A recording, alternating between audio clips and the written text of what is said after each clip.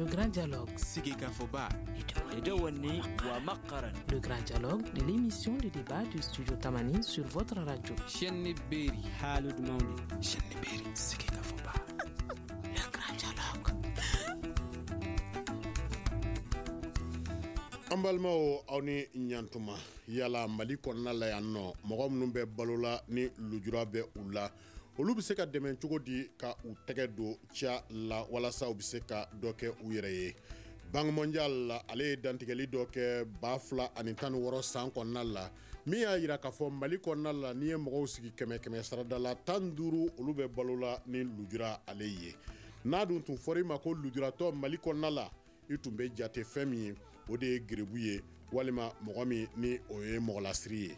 Yala olu ka baara ko o bɛ dilan cogo di Mali kɔnɔna la ka dɛmɛ na se u ma. Yala fɛɛrɛ minnu tigɛlen don dan jumɛn bɛ olu fɛɛrɛw la walasa ka nin fɛsɛfɛsɛsa an ye wele bila mɔgɔ damadama ma. Amadu Jara ale ye farikolo ɲɛnamaya min bɛ kɛ lujuratɔw olu cɛla o bureau ɲɛmaa don. Bureau exécutif min fana bɛ Fédération Malienne des Associations de Personnes Handicapées la ni o ye FEMAPU ye o fana mɔgɔ don i niw la. Drissa Jara ale ye secrétaire ye min ɲɛsinin don baarako yɛrɛ ma Union Malienne des Aveugles la ni o ye UMAV ye i niw la. Isiaka Jara k'a fɔ ale ye sociologue ye sanayɛlɛn kalanbɔ a bɛ kalan di yen nɔ o min bɛ wele ko Université des Lettres et des Sciences Humaines de Bamako ULSHB. Ale bɛ ɲinini kɛ kɛrɛnkɛrɛnnenya la a ye ɲinini kɛ lujuratɔw olu ka baarako dɛmɛcogo la Mali kɔnɔna la. Ale bɛ nɛgɛjuru sira la ni an ye ne yɛrɛ tɔgɔ Aliou Sidibe. Le grand dialogue. Lujuratɔw kunun ko k'a fɔ u ye gerekunasigi kɛ minisiriso min ɲɛsin don baarako ale yɛrɛ ma o nasira fɛ sa u y'a ɲini k'a fɔ ko bɛnkan k'a fɔ o tun ye ko mɔgɔ 70 o ka ta olu cɛla ka u bolo don foroba ca la. Yala Amadu Jara e miiri ye mun ye nin lamaga min kɛra kunun o ta fanfɛyɔrɔ la. Aliou ani ɲankuma yani k'i ka ɲininkali jaabi nka foli ni tanu bɛ ka taa lamɛn cɛkulu bɛɛ lajɛlen ye. Alors pour que ka segin ka na i ka ɲininkali la n'o ye kunun mouvement mun kɛra fonction publique dalala la handicapés fɛ. Alors ne ye FEMA bureau exécutif mɔgɔ ye. Aliou comme u b'a fɔ cogo min na gouvernement ye continuité de ye. Yɔrɔ n'i ye jateminɛ kɛ i b'a ye k'a fɔ depuis 1997 wagati ka premier ministre y'a to Ibrahim Boubacar Keïta bolo. An bɛna segin ka taga o la lamaga min kɛra kunungo e bɛ se k'i hakilinata di o kan. Donc lamaga min kɛra kunungo o ye parce que comme gouvernement ye continuité ayiwa premier ministre de tun kɛlen don k'i bolo nɔ bila sɛbɛn na sɛbɛn mun ni a danganiyalen don kɔnɔ k'a fɔ lujuratɔ mɔgɔ 70 o bɛ ta baara la. Donc o kɛra kabiri san 2012 wagati o y'a sɔrɔ Mariam Kainaba Sise bɛ premier ministeriya la. A dɔw la a donni kama mɔgɔw yɛrɛ b'u la mun taara fɔ so déjà k'u ye baara sɔrɔ parce que mɛn dan ye mɛn tigila ye. Bon brusquement ani événement donna ɲɔgɔn na n'o ye Sanogo ka wagati événement ye. Bon donc maintenant transition nalen an ma jigilatigɛ parce que état ye continuité de donc an ye wulikajɔw dabɔ depuis Mamadou Namori ka wagati ninnu na ka tɛmɛ. Alors chaque fois papier ni a bɛ yira k'a fɔ an n'a ka kan mais rien de concret. Okay. Donc finalement Moussa Mara nalen donc maintenant on continue la démarche fait donc donnons taara bala. Ok, an bɛna se ka na a nacogo kan ka d'a ka collectif mɔgɔw dɔw bɛna perepere di o kan. Ni waati yɛrɛ kɔnɔna la Drissa Jara an bɛ se k'i hakilinata dɔn lamaga min ni ale kɛra kunungo lujuratɔw fɛ gerekunasigi e ye mun faamuya a ko la. Ɲininkali diyara an ye Aliou mais foli di an balima lamɛnbagaw bɛɛ lajɛlen ma fɛn fɛn tulo b'an na nin wagati in na sisan an b'u fɔ u ka lamɛnli la hakilina min bɛ ne la kunu lasigi in na tiɲɛ la dusumakasi hakilina de bɛ ne la parce que kunu lasigi nin kun tɛ an yɛrɛ ka lasigi ye ka sababu kɛ jamana bɛ wagati min na sisan mais bamananw b'a fɔ ko ba degunnen bɛ kini kɛ donc ka sababu kɛ jamanaw ɲɛmɔgɔ kɛrɛnkɛrɛnna ministre de la fonction publique an lamɛnbaliya la n'a ka layiru timɛbaliya la donc o de nana ne ni hakilina kunu lasigi gerekun lasigi in ye donc vraiment an selen o yɔrɔ la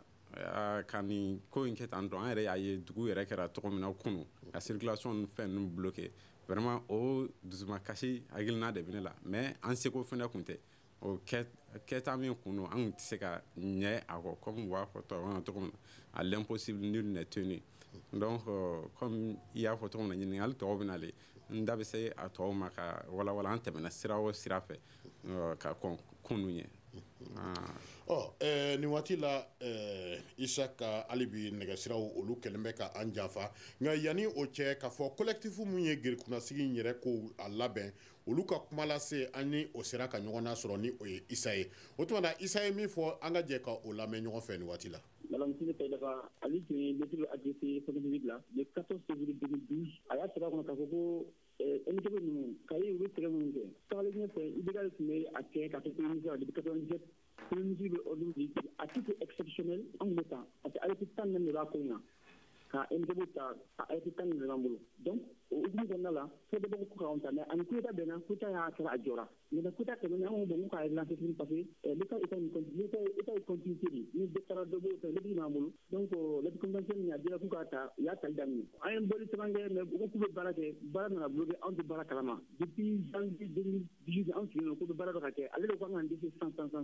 k'a b'a kɛ mais comme ko ni san 6 ta bon dɔw de bɛ mɔgɔ dama dɔ bɛ yen olu ma ye mɔgɔ tan ni kɔ ɲɔgɔn olu ma ye donc anw bon a ye min ɲɛ a k'o to ten sanu an bɛ tɔn ninnu ɲini ko na an k'olu ka dossier bon a mɛnna ka mɛn kalo wɔɔrɔ bile kelen na an m'a ye tɔn bile organisé concours organisé kalo 2 kalo 3 résultat de bɔ mais kalo wɔɔrɔ an ka nin fɛn in na donc an ko la an ye négociation daminɛ a kɛra a sera yɔrɔ la u t'a ye sɔrɔ o de bɛ communiquer bon an yɛrɛ ka tɛmɛ kɔnɔna la an ye information dɔw sɔrɔ k'a fɔ ko depuis bulon ka sababu kɛ nin an t'an ka application k'a fɛ a ma reçoit a tɛ ka reçoit sisan kɔni an fana y'a laɲini k'a fɔ ko an bɛna bɔ ka taa jamanadenw bɔ a kalama k'a fɔ a bɛ k'an ka dumuni kɛ cogo min na o t'an fɛla ko ye. Amadu collectif ɲɛmɔgɔ k'a fɔ ale kɔni y'a jira k'a fɔ fɛn dɔ t'u fɛla ko ye nka n'i ye ba de a bɛ kini kɛ yala nin layidu minnu taara gouvernement fɛ lujuratɔw ye Mali kɔnɔna la e yɛrɛ ka jate la layidu ninnu u bɛ se ka timɛ. Bon layidu ninnu u bɛ timɛ parce que a timɛbaliya de kɛra wagati min kɔnɔ o yɛrɛ kɛra balinankoba de an bɛɛ la parce que n'i ye ko in jateminɛ a bɛ dabɛ wagati min kama a tun bɛ kɛ ni pragmatisme de ye i y'a mɛn alors disposition ba kun t'a la a daminɛ depuis 97 wagati la mais o y'a sɔrɔ BIT ka convention dɔ de bɛ yen a bɛ f'o ma ko convention 159 donc ale baselen don mɔgɔ lujuratɔ ka baarako kan o wagati presque mɔgɔ bɛ se k'a fɔ o kelen de tun ye document ɲɛnɛma ye Mali tun ye mun signé mais ni a tun ma a danganiya donc maintenant o revendication kɔnɔ intégration daminɛna à titre exceptionnel gouvernement fɛ comme Isa y'a fɔ a ka kuma la cogo min na a arrêté 14 o ɲɔgɔn bɔɲɔgɔnko de bɛ yen i y'a mɛn donc maintenant an tor'o de la a nana ka na bloqué 91 wagatiw la. A balana fɛn min na aw bɛ dɔ kalama o la. Bon a balana fɛn mun na a balana concours kow de la parce que nin tun bɛ kɛ à titre exceptionnel donc quota ko kuma ni fɛnw nana la donc maintenant ko bɛɛ ka jɛ ka concours kɛ handicapés ka concours kɛ i n'a fɔ tɔw bɛ concours kɛ cogoya min na donc ni mun passera donc il passera i ka effort personnel la mais maintenant a tɔ bɛ to minnu ye handicapés ka dossier bɛ ta donc maintenant 10% bɛ ta o la k'o fara ma mais toujours en fonction de la plus grande moyenne à la plus petite moyenne. Très bien. Drissa Diarra, yala ni hakɛ minnu filɛ nin ye mɔgɔ bɛ layidu dɔ ta waati dɔw la k'a sababu kɛ kun dɔw ye nka i bala mɛ taa ye ko la a bɛ i b'a fɔ k'o kɛra aw ta nin na yala e ye mun faamuya layidu ninnu ko la fɛn timɛ ta don Mali yɛrɛ n'i ye Mali lajɛ kununko n'a bi ni ɲɔgɔn cɛ la kununko n'a bi ni ɲɔgɔn cɛ la layidu in fɛn timɛ ta don layidu in yɛrɛ tɛ layidu gɛlɛn ye mɛ segin ka na dɔɔni fɛn in balanyɔrɔ la fɔlɔ a balana 2012 parce que coup d'état kɛlen ka lettre Kayidama ka lettre in to yen nɔ ko ka 70 personnes ta a lettre a bɛ yan nɔ ko ka 70 personnes intégrées coup d'état kɛlen gouvernement de transition min nana donc olu de y'a jɔ ka min to yen o ye Mamadu Namori Traoré donc a ko l'article 18 c'est vrai c'était à titre exceptionnel mais il y avait toujours charia dɔ tun b'a la a kun sigilen don charia kisɛ dɔ kan n'o ye article 18 ye statut général des fonctionnaires o article 18 o tun b'a jira k'a fɔ ko fiɲɛbɔ da kan ka di dɔw ma fonction publique la minnu bɛ lujura hukumu kɔnɔ c'est-à-dire n'a bɛ fɔ une discrimination possible doit être faite à l'endroit des personnes en situation de handicap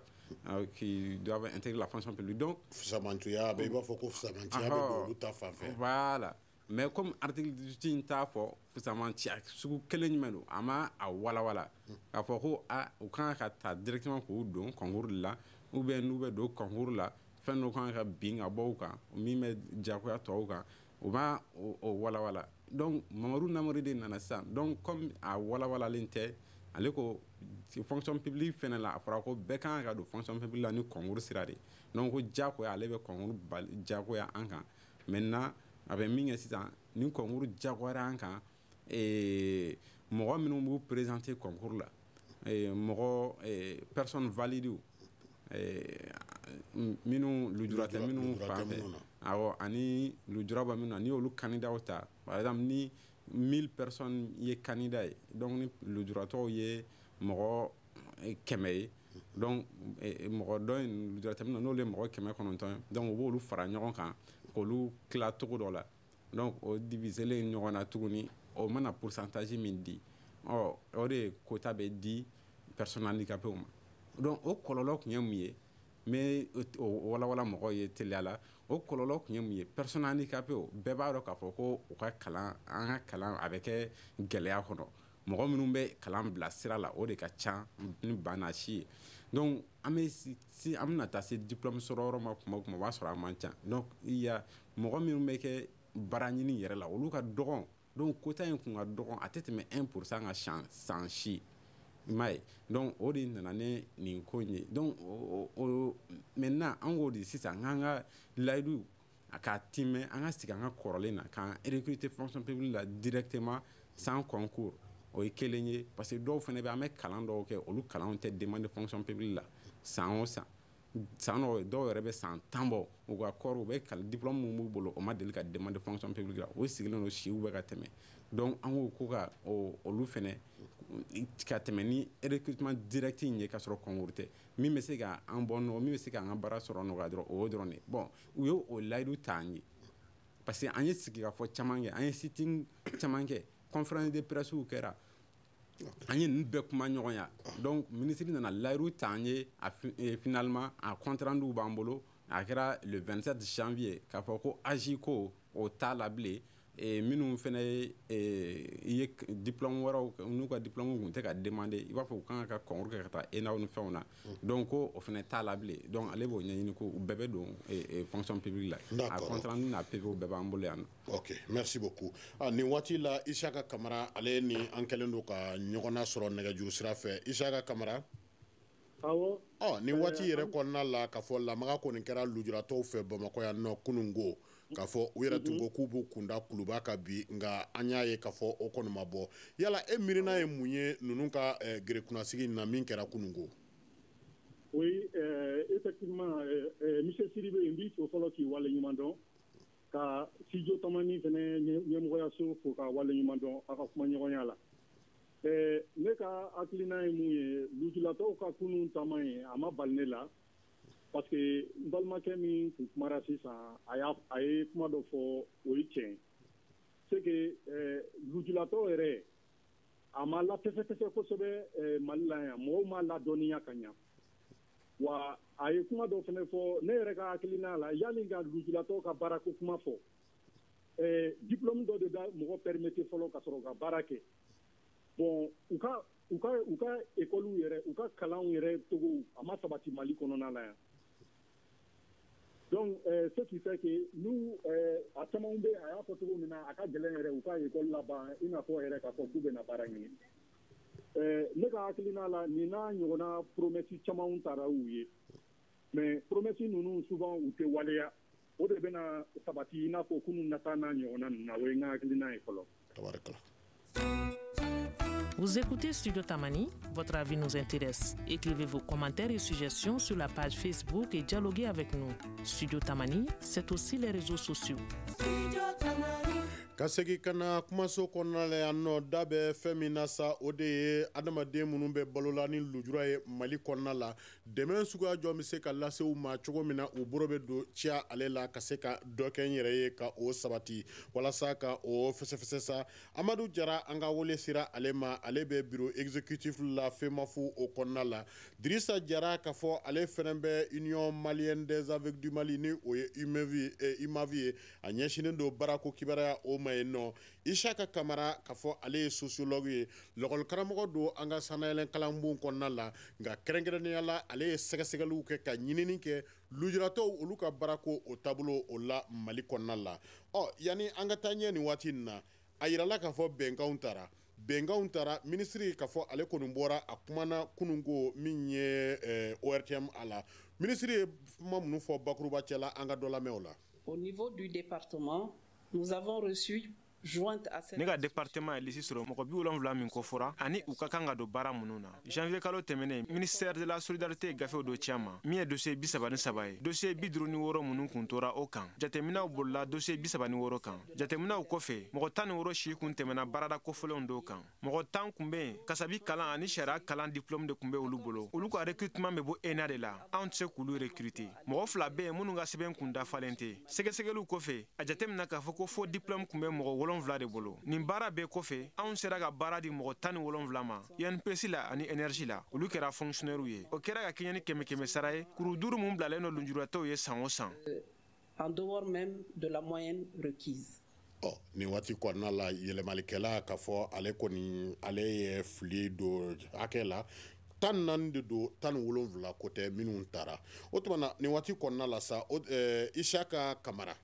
yala e yɛrɛ ka jate la nin ko ninnu bɛ cogoya min na a yirala k'a fɔ gouvernement b'a fɛ k'a ka hakɛw dafa nka gɛlɛya dɔw donna la yala e bolo yɛlɛma cogoya taabolo jumɛn bɛ se ka sɔrɔ o la an bɛ se k'a fɔ min ma alternative. Oui, ne bolo alternative minnu bɛ se ka sɔrɔ o la c'est-à-dire que ni ye ne ka jateminɛ yɛrɛ kɔnɔna la u bɛ ka gouvernement bɛ ka fɛn camanw fɔ tan i n'a fɔ k'a fɔ ko fo diplôme dɔw ou bien ko dɔw âge tɛmɛna ne bolo statut lujulatɔw statut particulier de kan ka d'u ma au fait pour que k'a fɔ ko dɔw âge tɛmɛna o b'a sɔrɔ an bɛ ka mɔgɔw fɔ mɔgɔ minnu tɛ lujulatɔ ye mais lujulatɔ par exemple exception dɔw bɛ se ka k'olu ye parce que n'i ye Mali kɛrɛfɛ jamana tɔw lajɛ ou bien tubabu jamanaw kan au fait là i bɛ taa sɔrɔ statut kɛrɛnkɛrɛnnen de tigɛlen don u bɛ don o de kɔnɔna la donc ne ka hakilina la ni gouvernement y'o fɛɛrɛ tigɛ gɛlɛya ni fɛn minnu bɛ yen sisan olu bɛ nɔgɔya kosɛbɛ. Dirisa Jara aw yɛrɛ ka jate la gouvernement ale bɛ ka a ka layidu talen a bɛ k'a timɛ. Gouvernement bon an bɛ yɔrɔ bila gouvernement de layidu timɛli cɛ ka jan n'an seginna ka na dɔɔni ministre ka kuma kan n'a ko dossier minnu cira ale ma bon mɔgɔ ninnu na ko minnu ye droit kɛ sariya kalanbagaw ni minnu ye économie kɛ kasabi kalanbagaw i b'a fɔ yɛlɛmalikɛla y'a fɔ cogo min na ani dɔw fana si tɛmɛna minnu si tɛmɛna an bɛ kɛlɛ kɛ mɔgɔ lycée min ko kunna sisan n'o ye 70 personnes ye lycée in taara depuis 2011-2012 i b'a fɔ ko n balimakɛ y'a fɔ cogo min na Amadu y'a fɔ cogo min na kuma daminɛ la donc depuis 2011-2012 a furu ɲɛna fɛn kɛra projet kɛra k'a fɔ ko bon k'olu de taara yɔrɔ san kɔni wagati tɛna mɔgɔ si kɔnɔ donc ni olu si tɛmɛna bi k'a fɔ ko olu tɛ se ka don fonction publique la ko k'a sababu kɛ k'u si tɛmɛna an bɛ ɲininkali k'o yɔrɔ la o ye jɔn de nɔ ye o le nɔ ye wa ou bien o ye état de nɔ ye wa ne b'o ɲininkali to yen fɔlɔ ka tɛmɛ donc maintenant min ye k'a fɔ ko gouvernement bɛ k'a ka waleya layiru timɛ bon ni mɔgɔ 14 na hali ni mɔgɔ 14 minnu taara INPS la a ma ta ja hɛrɛ kan dɛ nin taara fɛnɛ o y'a sɔrɔ an ye wulila ka mankanba dɔ de fɛnɛ ci tuguni pour que u ka se ka nin olu mɔgɔ 14 bɔ a la hali olu bɔlen a la an kun ko olu bɔra a la olu kan ka remplacer de parce que olu taara INPS la u taara privé la parce que olu taara yɔrɔ min na c'est pas régi par le statut général des fonctionnaires c'est-à-dire olu tɛ gouvernement ka foroba cakɛ o to o bolo kan bon premier ministre dun ka lettre bɛ mɔgɔ 70 de ko fɔ mɔgɔ 70 min fɛnɛ kan ka don fonction publique la foroba ca la donc an ko o mɔgɔ 70 olu de kan ka ta minnu taara yan fɛ o n'olu tɛ ɲɔgɔn ye sira la an ni ministre ye ɲɔgɔn faamu o bɛɛ kan o bɛɛ kɛra le 27 janvier tɛmɛna an ka kuma ɲɔgɔnya dɔ tɛmɛnen na donc a ko problème t'o fɛnɛ la donc 70 ale b'o de ta pas plus a kɔni tɛ tɛmɛ kelen kan ko parce que k'o de yamaruyalen don o de bɛ lettre min bɛ kɛnɛma ka lettre b'o de ko fɔ donc bibi in na n'an bɛ na tuguni an sigi nin kɛnɛ kan n'a bɛ fɔ ko mɔgɔ 14 taara ko k'o bɔ a la ko o bɛ jate tuguni vraiment ne m'o faamu wa an ma bɛn o kan fɛnɛ. tabarakala Amadu gouvernement ka layidu a bɛ k'a timɛ. bon ne ka jati la gouvernement ka layidu a bɛ k'a timɛ hali n'o y'a sɔrɔ gɛlɛyaw b'a kɔnɔ parce que n'i y'a ye kunu lamaga la bɛɛ wulila i n'a fɔ mɔgɔ kelen ka fara hali collectif mɔgɔw kan parce que fɛn nin a mɛnna kojugu i y'a mɛn an minnu ye ɲɛmɔgɔw ye a ka kan an ye minnu kɛ ka tɛmɛ f'an ka wuli ka denmisɛnw accompagner pour que nin fɛn kelen mun ni mɔgɔ bɛ se ka tigɛ a kan k'o de ye fɛn ye Mali la handicapés bolo mun ye kunkɔrɔta ye ni Mali bɛ se k'i waso n'a ye hali kɛrɛfɛ jamanaw la o ye intégration à la fonction publique in de donc o sababuya de la an bɛɛ lajɛlen bɔra i y'a mɛn ka taa lamaga nin kɛ bon maintenant en reçoit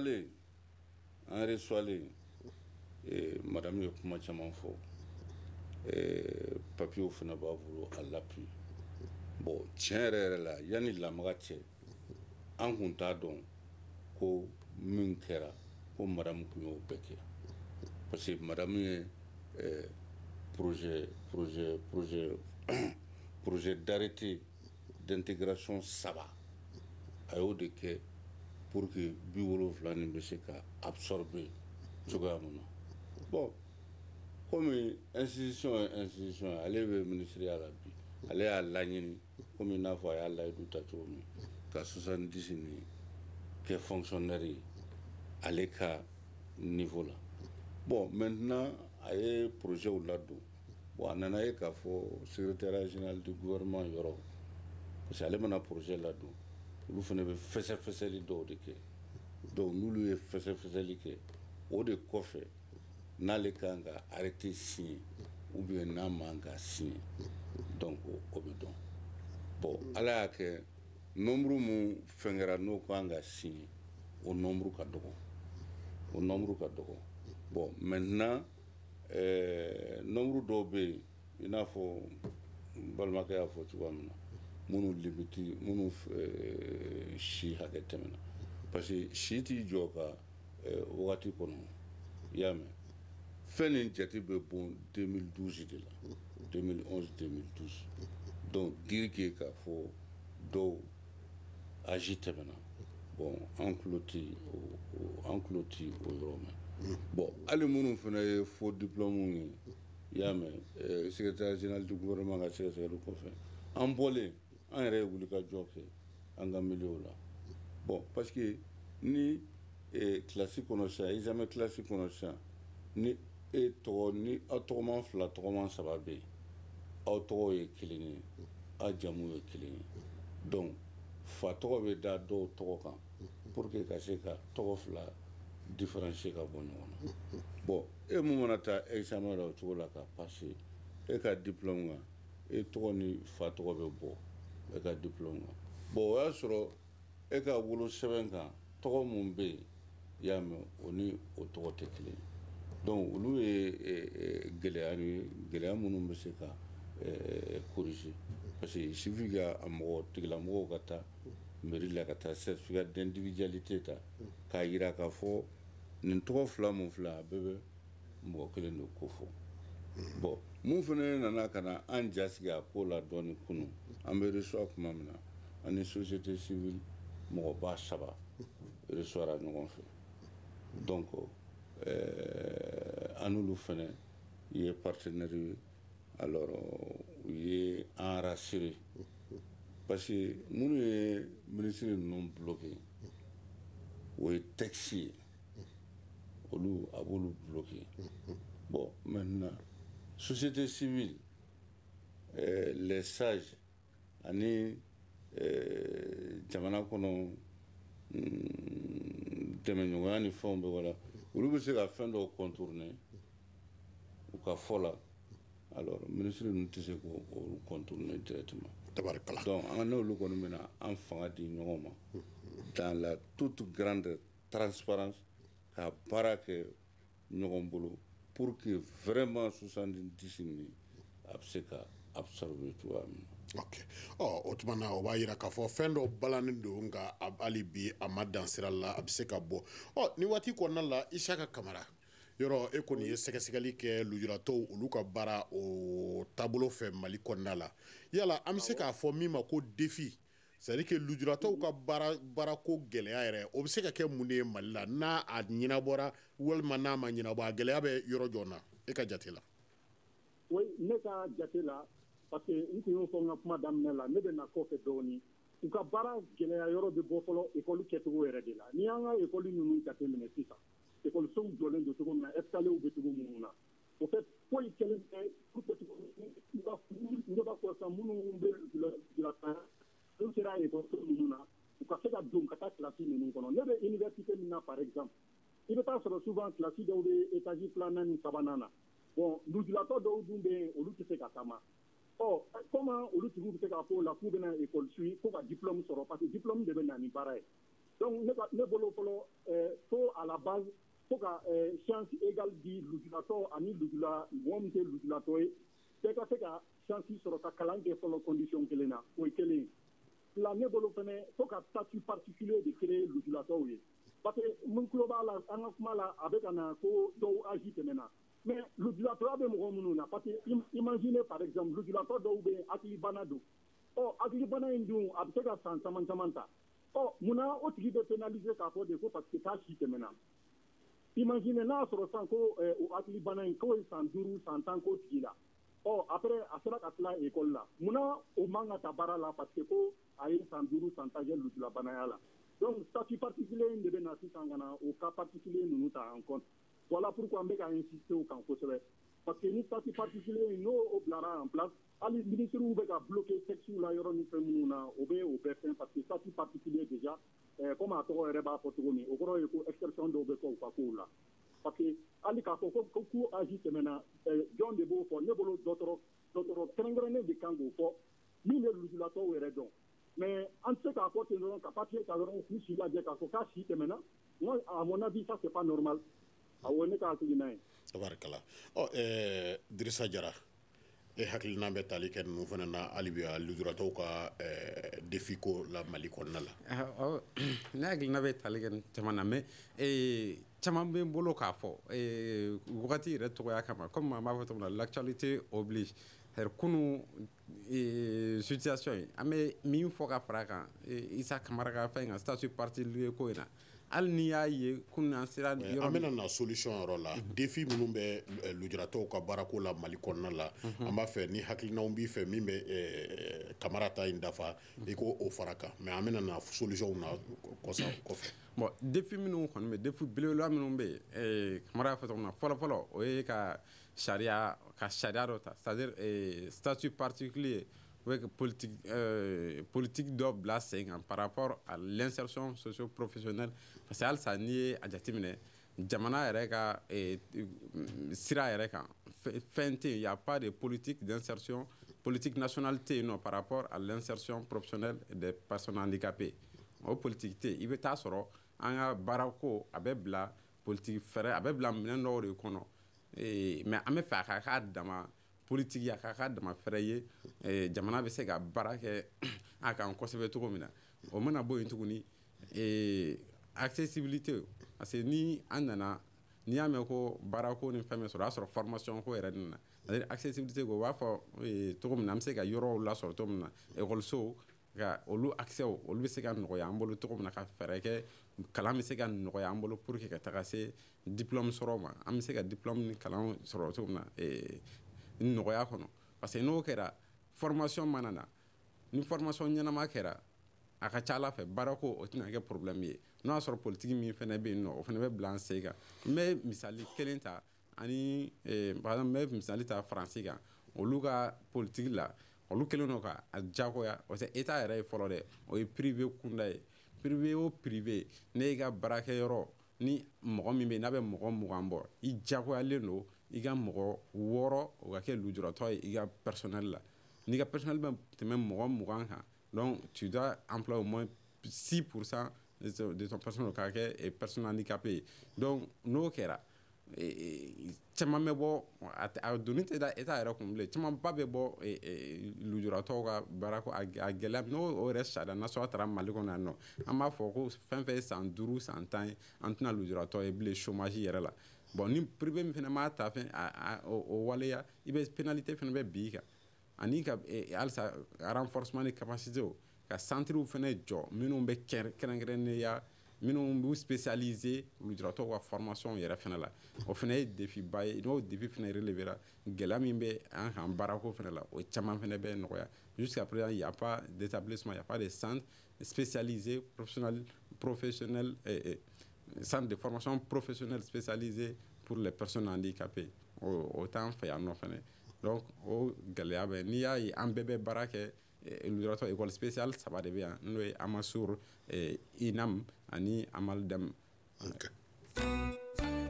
Une réaction, un avis, un commentaire. Réagissez sur la page Facebook de Studio Tamani et restez connectés avec nous. Studio Tamani sur les réseaux sociaux pour vous faire entendre.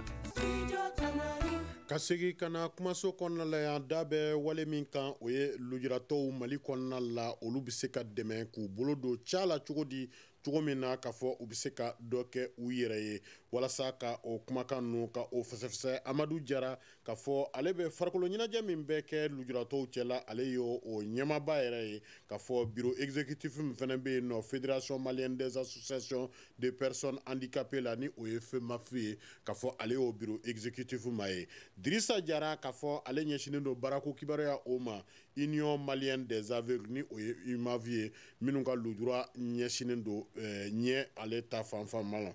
Isaka Kamara k'a fɔ ale ye sociologue ye lakɔlikaramɔgɔ don an ka sanayɛlɛn kalanbouw la a ka sɛgɛsɛgɛli o ɲɛsina lujuratɔ ka baarako kibaruya ale ma Mali yɛrɛ o kɔnɔna la o tumana Amadu Jara n b'a dɔn Mali kɔnɔna la fɛɛrɛ dɔw tigɛlen don ka ban lujuratɔw olu ta fanfɛyɔrɔ la nka fɛɛrɛ minnu tigɛlen don ni an b'a fɔ ko politique e yɛrɛ ka jate la k'a fɔ dan jɔnw bɛ o politique ninnu na ni o de bɛ ka kɛ balan ye lujuratɔw ka baarako ta fanfɛ. Bon an bɛ don min na ko bi politique minnu talen don n'o ye sɛbɛn kɛrɛnkɛrɛnnenw ye bien n'o ye luwaw ye minnu talen don bi parce que hali a tɛ kalo kelen bɔ fɔlɔ an ka loi dɔ votera assemblée la loi de protection sociale o votera mais voti dɔrɔn tɛ a ɲɛ ye et puis signature fɛnɛ convention signature fɛnɛ tɛ a ɲɛ ye sinon depuis 2008 Mali kɛra jamana ye jamana mun bɛ jamana mun fɔlɔla an kɛrɛfɛ jamana ninnu na minnu ye convention internationale relative aux droits des personnes handicapées signé Mali y'a signé jamana caman ye mais i b'a ye k'a fɔ application na bi na an y'a signé jamana minnu ye olu dɔw bɛ an ye application na donc sisan il faut que fɛɛrɛw de ka latigɛ loi minnu votera u ka promulguer en même temps u ka appliquer donc o la sisan lujuratɔnw de man ka kɛ tɔn ye tɔn minnu bɛ sigi parce que fɔ an ka laseliw ka mɛn yɔrɔ dɔw la i y'a mɛn tɔn o tɔn mun sigilen don adamadenya lafasali tɔn kan n'o ye droit de l'homme tɔn ye parce que an ka fɛn nin a bɛ se ka compter o kɔnɔna la donc olu fana kan ka an n'olu kan k'an tɛgɛ di ɲɔgɔn ma olu ka wuli k'u jɔ an ye walasa nin fɛn minnu filɛ nin ni jamana ɲɛmɔgɔw y'u bolo n'o bila la k'a signer ou bien k'a kɛ loi ye ni a tɛ ka danganiya pour que a danganiyali bɛ se ka fɛngɛ cogoya min na ou bien toujours hali ni volonté politique yɛrɛ don i y'a mɛn donc observatoire dɔ ka kɛ sanfɛla la yen nɔ au niveau de la présidence ou bien au niveau de la primature mun ni an yɛrɛ bolo b'a baara la en ce moment an ka lakɔlɔsili bɛ boli a kan kosɛbɛ en ce moment an bɛ se ka réclamation kɛ fɛnɛ mun na u tɛ ka se ka bouger donc o mesure sugu o de bɛ se ka na ni waleya ye sisan waleya minnu bɛ se ka hali o fɛn ninnu fɛngɛ bon maintenant mun ye gɛlɛya ta fanfɛla ye parce que sisan an ye fɛn fɛn fɔ nin bɛɛ baselen don i n'a fɔ minnu bɛ chance sɔrɔ ka taa école la i y'a mɛn bon alors que an ka mɔgɔ côté dɔw bɛ yen o yɛrɛ de ka ca olu fɛnɛ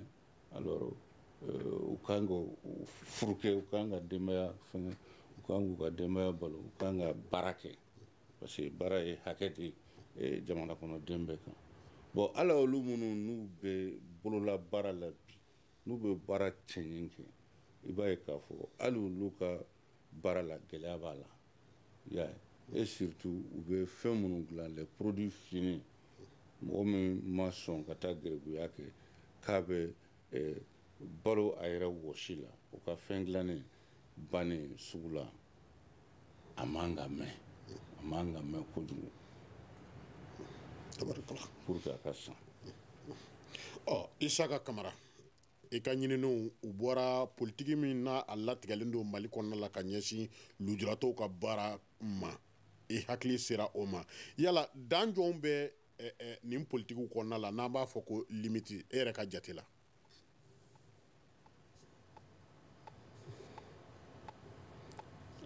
Isaka Kamara a bɛ i b'a fɔ ko gɛlɛya bɛ nɛgɛjuru sira fɛ nin waati yɛrɛ la o tuma Dirisa Jara e ka jate bɔra a ko kan dɔ bɛ fɛ ka fara min ye Amadu ale ta kan ka fɔ limite minnu bɛ politiki minnu latigɛlen don Mali lujuratɔw ta fanfɛ u ka baarako kan yala dan minnu bɛ u la ou bien barika dɛsɛ min bɛ a la fura jɔn bɛ se ka sɔrɔ a la i bɛ se ka dɔw latigɛ an ye o la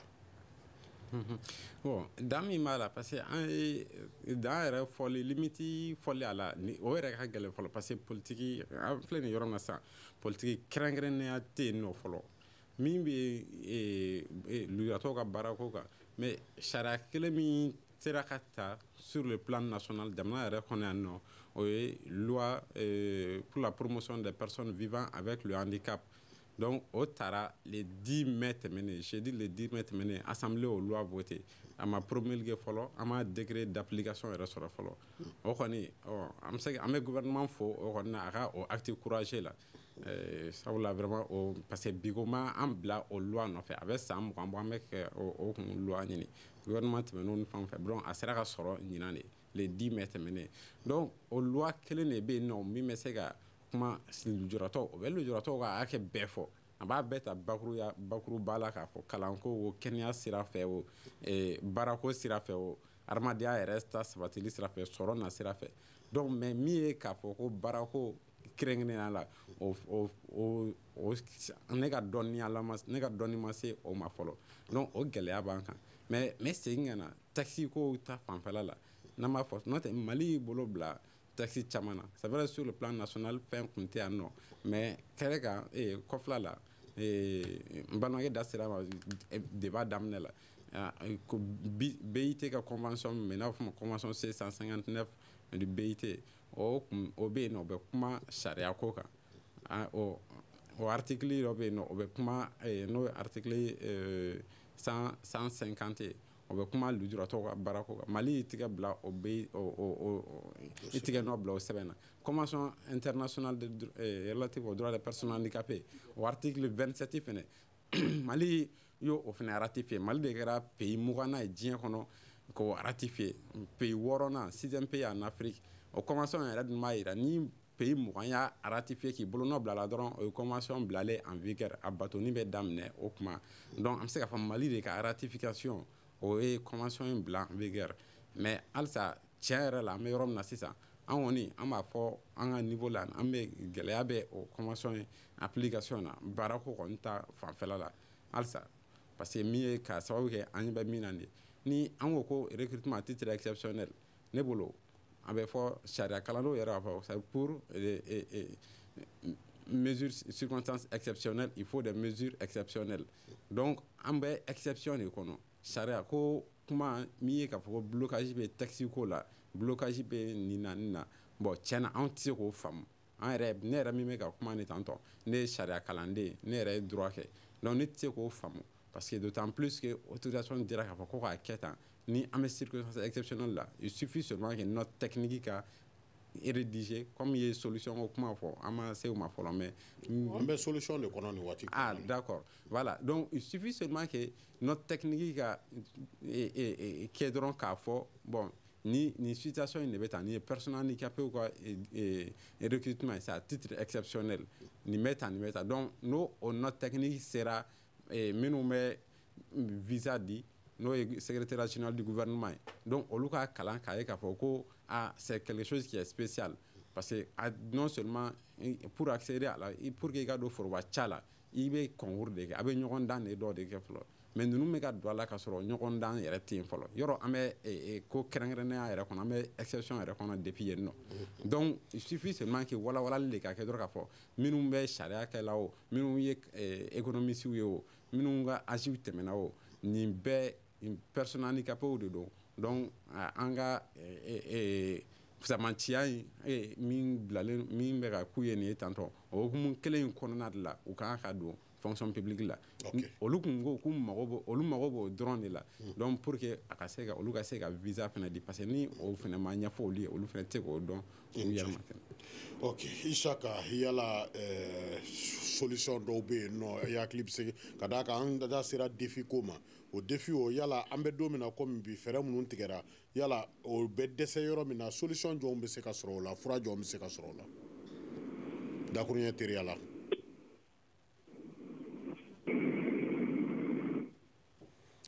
gɛlɛya bɛ an ni Isaka ka